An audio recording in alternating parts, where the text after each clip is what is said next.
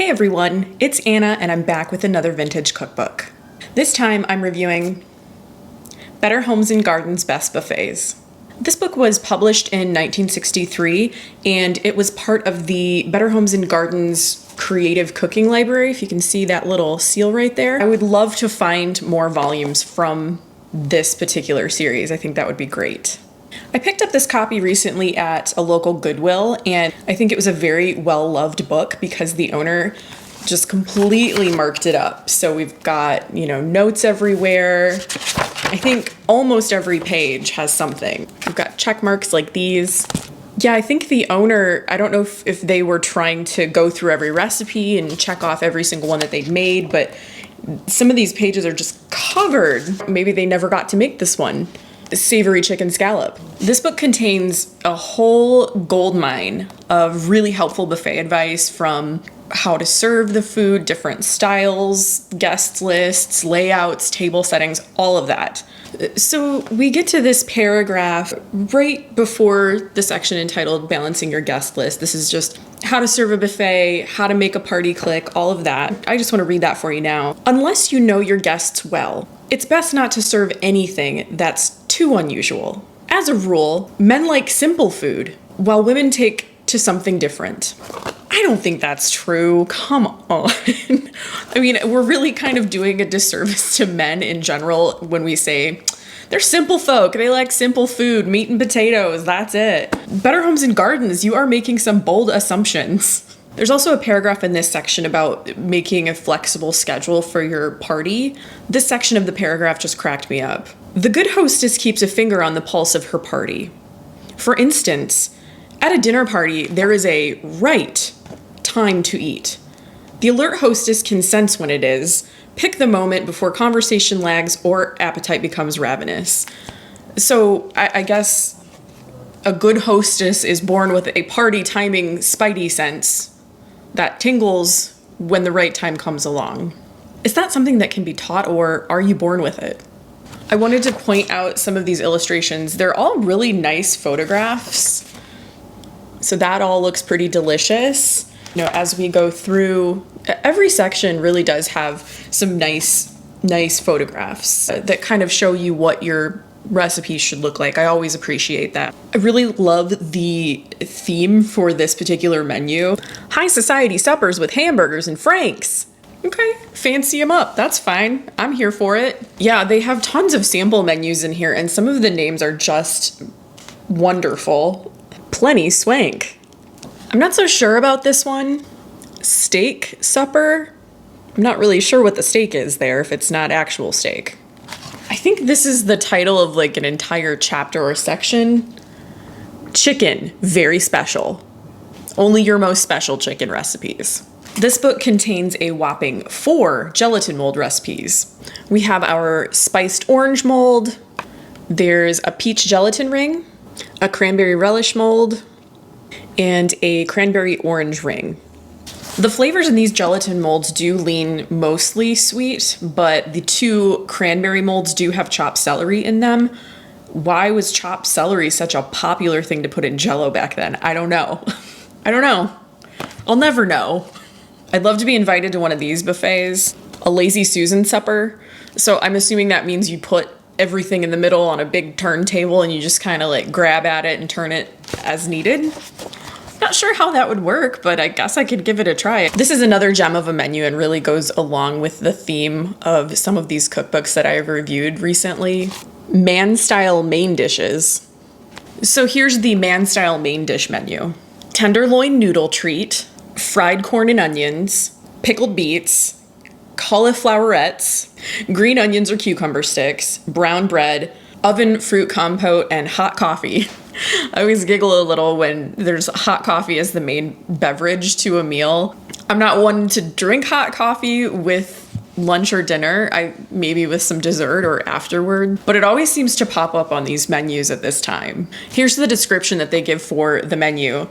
Just the ticket when guests include meat and potatoes men who don't go for ladies' lunches. Forget you, ladies' lunches. It's big servings of pork tenderloin baked in a flavorful blue cheese sauce. None of this lady food. There was one particular recipe in here that I was really intrigued by, but I didn't think it was really enough for me to prepare for this video. Mayonnaise cream. So here's what's in this recipe. A cup of marshmallow cream. Sounds good. I love marshmallow cream. A tablespoon of lemon juice, a tablespoon of orange juice, and then a quarter of a cup of mayonnaise. So it just kind of like takes this whole other turn. What do you even eat this with? It seems like something that you would put on top of something else. I don't know that you would just eat this with a spoon, but I could be wrong. You don't put this on the pumpkin pie, do you? This is a Thanksgiving menu. Where does this go? Oh, okay. So this mayonnaise cream is a topper for our beloved cranberry relish mold. It's a match made in heaven. Just in case you have a bachelor party coming up, this book has you covered. There's a menu called Specials for a Stag Party. This menu spans like 3 entire pages. There's a great illustration in the middle of it. Let me just find that and show you. It says, when it's your night to put on a stag party, try these terrific foods. Seems like a pretty special night. Oh no. Something for the boys. What? Why? All right, so the bachelor's feast consists of hot mulled cider with orange buoys, 1, 2, 3 cheese spread with crackers, deviled bones, or barbecued loin backs. Is that like baby back ribs?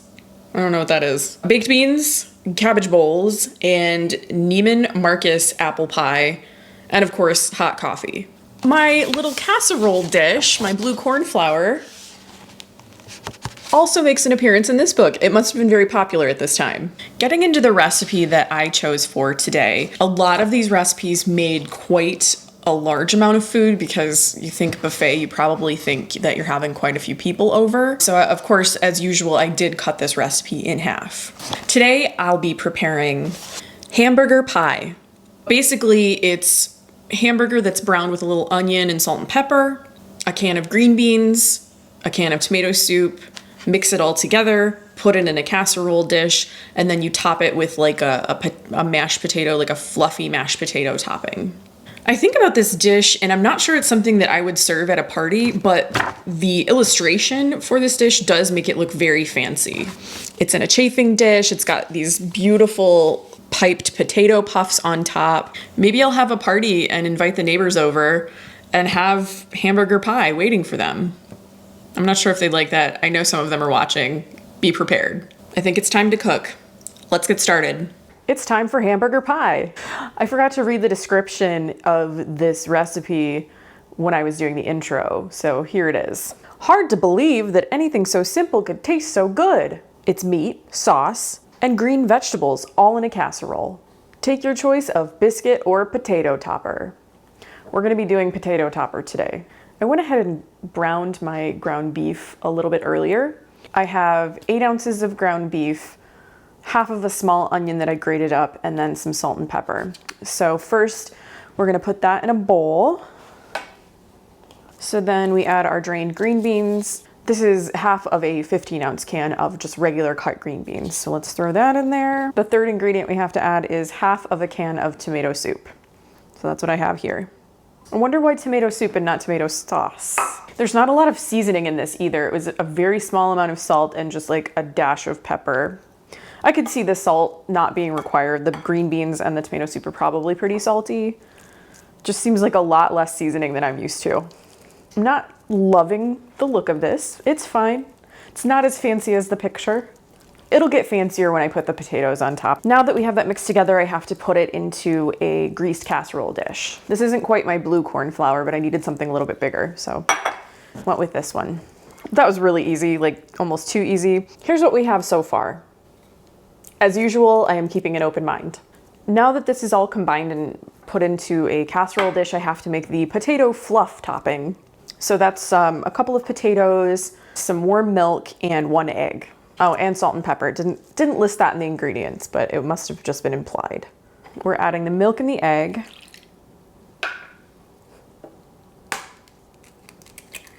I still haven't mastered cracking an egg with one hand, but I hope to do that sometime this year. I'm gonna mash those together. The potatoes did get a little bit cold, so hopefully that won't affect the texture too much. I ate a lot of casserole growing up. It's just an easy dish to make for dinner. You know, you can combine everything, get your meat, get your potato or your starch, get your vegetables, toss it in the oven and walk away. I can see where that would be appealing. I don't eat them as much now, but I don't dislike them. It's just usually they make a huge amount of food. I want to attempt to get fancy with this and actually pipe the potatoes on top. All right, let me get a piping bag. So drop that in. This star tip might not be big enough, but we're gonna try. There's supposed to be a piece that holds this in and I can't find it anywhere. So let's see if this works. I've never been great with piping bags. Also, this one is messed up. Okay. Maybe I should just spoon this. This doesn't look great, but I'm gonna do my best. I've never been good at this part. Some potato just flew through the air. It's fine, this is my life. Nobody got hurt. This is a challenge. Oh, no, I'm squeezing it out of the top. Okay.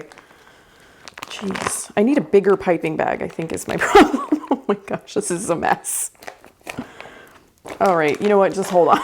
Let's try, I'm gonna try to kind of scoop this in here a little bit better. Oh, it's on the outside, that's not where it goes. Let's give this a go. I'm gonna cut this off. Some of the potato is gonna come out of the top of this bag. That's just how it is. It's really fancy on this page. I don't know if I can get that fancy, but I'll try. Oh, nope, I'm not gonna get that fancy. Also, I think this piping tip is maybe not the right size. Okay, well it looks like, I can't even say what it looks like. Okay, I should have practiced before, I think. It's not bad, it's not the best. It seems like these potatoes should have been a little bit firmer too. So maybe I should have cut back on the milk. This is so ugly. I tried. Now that I have all of my ingredients in here, this goes in the oven for 25 to 30 minutes.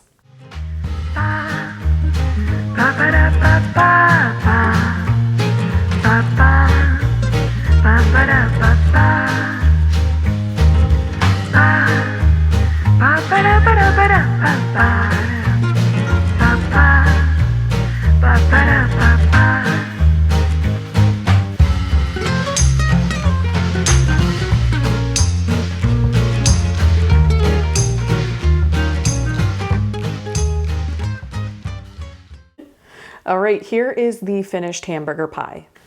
It didn't get quite as brown on the top as I would have liked. I think if my piping had been a little bit more defined, it probably would have worked out better. But I bet you could probably put this under the broiler if you want it to look a little bit more brown. All right, how do we compare? I think the book definitely looks a little bit more fancy than this. This is probably a little bit more company worthy than this, but that's okay. All right, I'm gonna dish some of this up and then it's time to give it a taste. It came out of the oven very hot, so I hope I let it cool for long enough. It's still steamy. It's still quite steamy. Let's see how this turned out. Okay, the potatoes are pretty solid on top. So I'm gonna get a little potato and a little green bean and a little beef. I'm not sure about that smell. This is another one of those recipes that like isn't bad, but it's not great. It's a little bland.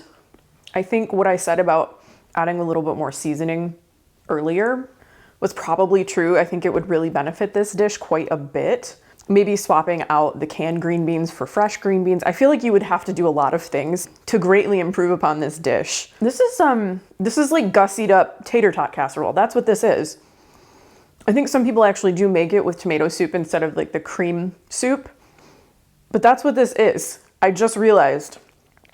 This is fancy tater tot casserole. I'm not gonna be serving this at any parties anytime soon. So bland. It's so bland, and I'm usually not one to add extra salt and pepper after something has been served to me.